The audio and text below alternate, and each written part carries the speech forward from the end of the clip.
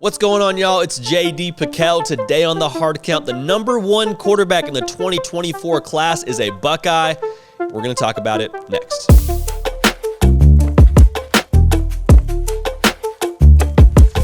Welcome into CFB with JD, the People's Channel. Every single thing that you know and that you love about college football happens here on a nearly daily basis. Armstrong, Sims, Jack McKenzie doing the heavy lifting. Help drive the show at my Twitter page, at JD Piquel. The number one quarterback in the 2024 class is headed to Columbus. Dylan Raiola out of Chandler, Arizona.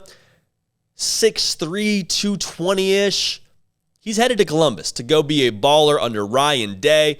There is a lot to like about this kid's game. Obviously, with him being the number one quarterback, one of the things that jumps off the film to me, the way he throws off of awkward platforms, meaning he doesn't need to have both feet under him to throw a good football. He can be running, he can be off one leg, he can be going left and throwing right. The dude is like an acrobat with the football outside of the pocket. I love what he does. Now, why is that significant? It allows you to keep plays alive. A lot of times you get a quarterback and have some pressure on him and he can't get his feet set and throw. Not only is he potentially getting sacked, but if he does get the football away, it's usually inaccurate, causes the possibility for more turnovers or the ball's getting thrown away. So Dylan Raiola being able to create and throw off of awkward platforms means the play is never going to be dead when you're a receiver at Ohio State. You're going to be able to run all over the football field, flow with him this way, flow with him that way, get downfield, find that hole in the defense, find that soft spot in the zone, and he's going to find a way to get you the football no matter what kind of pressure he has on him. And that kind of goes to the second piece that I love about his game. He's great at avoiding the rush, but avoiding the rush to throw the football. Especially young quarterbacks at the high school game, you're going to see them drop back. First read's not there, a little bit of pressure, I'm taking off and I'm running. I'm getting away from that big defensive end. I'm getting downhill. I'm trying to pick up yards. Dylan Raiola is a different flavor. It's a little bit of a different sauce to my man. If he makes that defensive end miss, he's going to try and gain width as opposed to depth with the defense. He's not going to try and get upfield right away. He's going to get to the sideline. He's going to find a good spot where he can throw the football from, or he's going to get away and keep his eyes downfield on the run. And he's going to avoid the rush to throw. He's an able athlete. He's a good athlete. He moves well in space. He's not necessarily a Michael Vick, but he does a good job getting away from defenders and then finding his receivers downfield, which I think to me shows a lot of maturity and a lot of understanding of what he's looking at defensively. He knows, hey, if I break contain, if I get away from that first rusher, there's probably going to be somebody downfield I can throw the football to. So I loved watching that in his game. Showed a lot of maturity and also showed great athleticism for a guy his size. Again, 6'3", 220-ish. If I'm 220 at the high school level, I'm taking off and I'm trucking a linebacker, which he's able to do, likes to get away and throw the football. The third and final thing that jumps off the tape to me, he's got a big-time arm.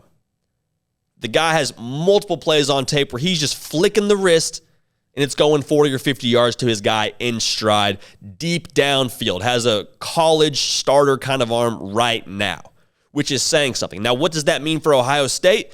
It means you can stretch the defense virtually as much as you want. Like, there is always going to be a vertical threat with Dylan Raiola as your quarterback. So, one, that keeps the secondary always alert. You have to always account for a receiver no matter how far he is downfield. And then in addition to that, you can't add into the run as much as you might like to. You got to play those safeties at 8 as opposed to 7.5 or 6. You got to make sure that you're not triggering too quickly, because if it's play action, he's got the arm to get it over your head. And so the big playability with how big his arm is going to be fun to watch if you're an Ohio State Buckeye fan. Those are the three things that jumped out to me. And anytime you have a quarterback that has a big arm and can throw off awkward platforms, the comp you always hear is Patrick Mahomes. I don't think that's irresponsible to make that comparison. The comp for me is Cam Newton. Now, he's not as big as Cam Newton, but the way that he uses his body, the way that he effortlessly flicks the football, and the way that he plays within himself, I like Cam Newton a lot as a camp for Dylan Raiola. I think that if you see him, I don't know if he wants to add size. He's not really as tall as Cam Newton, but the way that he moves in the pocket, the way that he throws the football, Cam Newton's a fair comp to me. Also can run quarterback power with a guy like Raiola. For how big his body is, like I said, he can get downhill, deliver a blow with his shoulder pads. Dylan Raiola brings a lot to Columbus.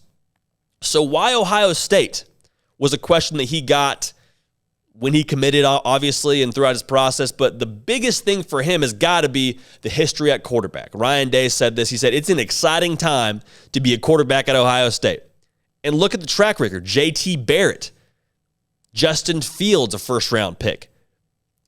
C.J. Stroud right now, balling out of control. I mean, we could just go down the list here.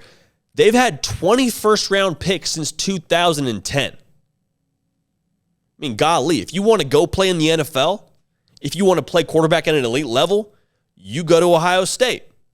I understand there's a lot of places you could go that will still allow you to be successful and play quarterback at the next level, but Ohio State's got a really strong competitive track record. They can put up with just about anybody, especially at the quarterback position. Then you look at their competition during the regular season. This is not a knock on the Big Ten. The Big Ten is fierce, but for the most part, outside of this year, Ohio State runs the Big Ten. And Michigan obviously is the exception for this year. I'm not disagreeing with that. But if you look at the last, let's say, 10 years, Ohio State pretty much does what they want in that conference.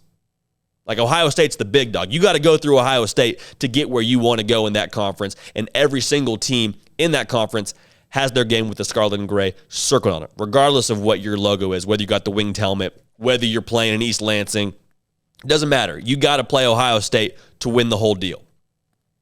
So what does it mean for Ohio State? Talked about his skill set a little bit, but I think in terms of the 2024 recruiting class, to have your first commit be a 5-star quarterback, that's going to draw a lot of attention from other recruits.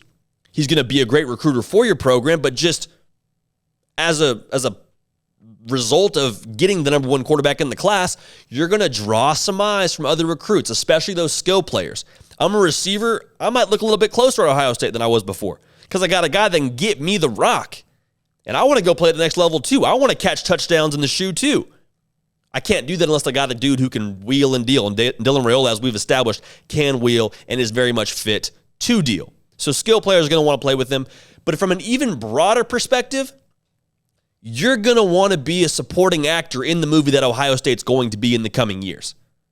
Like, if I'm a supporting actor in any movie, I'm much more likely to join in on that movie if I know Leonardo DiCaprio's got the role. If he's the lead actor, we're going to do numbers at the box office. It doesn't matter.